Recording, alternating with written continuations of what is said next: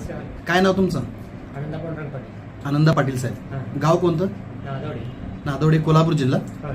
अच्छा, तुम्ही 3 महिन्यापूर्वी आमच्या संस्थेकडून कोणत्या आजारासाठी प्रोडक्ट नेला होता?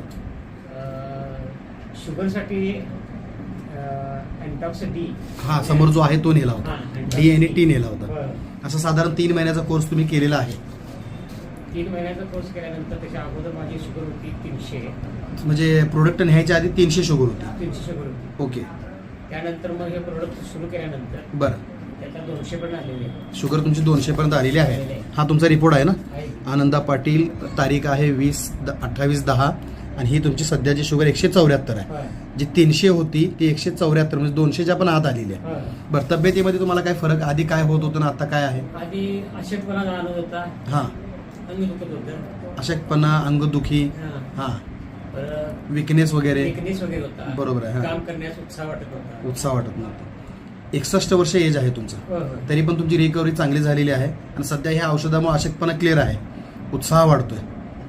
चालतं, हे आता परत तुम्ही न्यायला आलं, रिपीट न्यायला आलेले आहात. होय. कंटिन्यू करा आणि डॉक्टरच्या सल्ल्यानंच तुम्ही तुमच्या गोळ्या बंद करायच्या. सध्या तुमचा HbA1c याच्यामध्ये आम्हाला 7.70 दाखवतोय.